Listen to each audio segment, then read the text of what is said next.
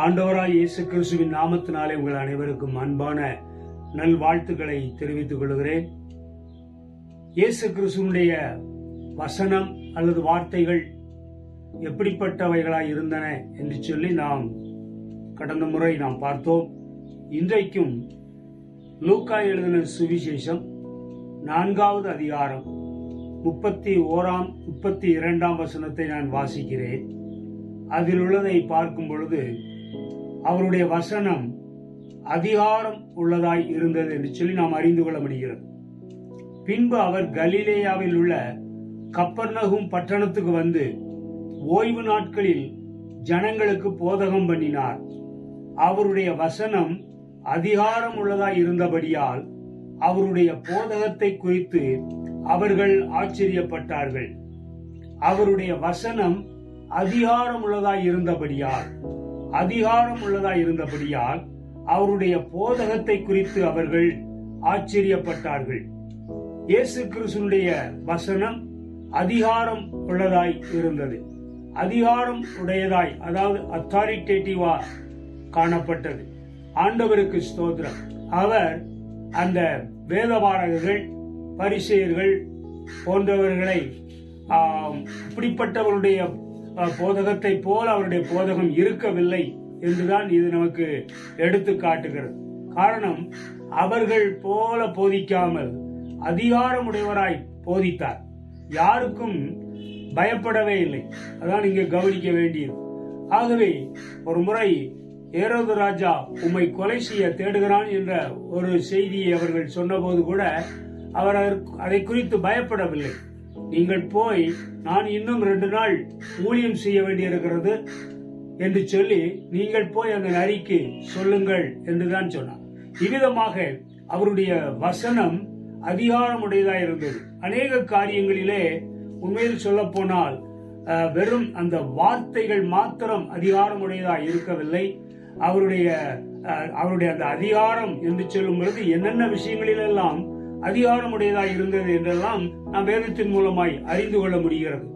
கர்த்தருக்கு மகிமை உண்டாகட்டும். விசேஷமாக இங்கே நாம் பார்க்கும் பொழுது அவருடைய வார்த்தை இயற்கையின் மேல் தன்னுடைய அதிகாரத்தை அவர்கள் அதிலே காண்பித்தார் என்று சொல்லி நாம் அறிந்து கொள்ள முடிகிறது. உதாரணத்திற்கு அந்த படகிலே சீசர்களோடு அவர் பிரயாணப்பட்டு போகும் பொழுது அவர் படகின் பின்னணியத்திலே அவர் தூங்கிக் கொண்டிருந்தார் என்று நாம் வாசிக்கிறோம். அப்பொழுது திடீரென்று சொல்லி அங்கே கொந்தளிப்பும் அங்கே புயலுமாய் எழும்பிய போது அங்கே அவர்கள் சீஷர்கள் மிகவும் பயந்து அலறினார்கள். அவரை எழுப்பினார்கள்.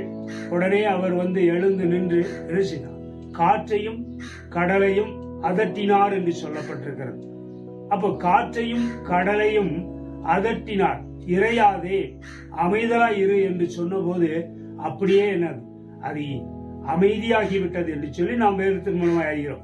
அப்படியானால் அவருடைய அதிகாரம் பாருங்கள், அது இயற்கையின் மேல தன்னுடைய அதிகாரத்தை சிம்பிளா 2 வார்த்தை 2-3 வார்த்தைகள் இருக்கும். ஆனால் அது அதிகாரமுடையதாக இருந்தது. சகலமும் அவருக்கு கட்டுப்பட்டது என்பதை நாம் அறிந்து கொள்ள முடிகிறது. இதுபோல அதிகாரம் பல விஷயங்கள்ல. இப்போ லாசரு மரித்து போய் அடக்கம் செய்யப்பட்டு 4 நாட்கள் ஆகி இருந்தது. அந்த இடத்துக்கு நின்று லாசருவே வெளியே வா என்று சொன்னார். லாசருவே வெளியே வா என்று.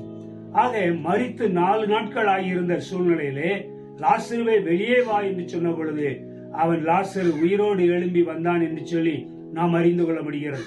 இதுபோல் அவருடைய அந்த அதிகாரமுள்ள வார்த்தை, அதனுடைய ஒவ்வொரு விஷயத்தை பார்க்கும் பொழுது அதெல்லாம் கண்கூடாய் பார்க்கும்படியாக அப்படியே காணப்பட்டது. கர்த்தருக்கு ஸ்தோத்திரம். இன்னும் பார்த்தால் திமிர்வாதக்காரனை கொண்டு போட்டார்கள். அவனை பார்த்து விட்டு அவர் சொன்னார், மகனே, உன் பாவங்கள் உனக்கு மன்னிக்கப்பட்டது, உன் படுக்கையை எடுத்துக்கொண்டு எழுந்து நட என்று சொன்னார். அப்ப பாருங்க, இவன் யார்?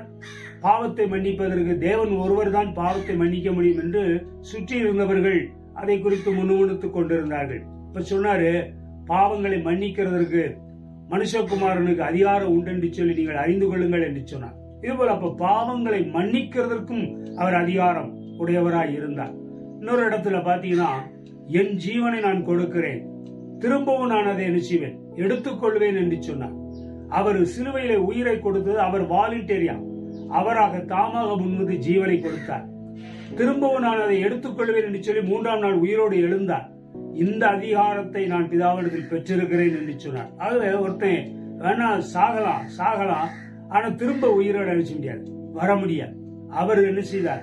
அந்த அதிகாரத்தை பெற்றிருந்து 3ஆவது நாள் அவர் உயிரோடு எழுந்து வந்தார் என்று சொல்லி நாம் அறிந்திருக்கிறோம், விசுவாசிக்கிறோம்.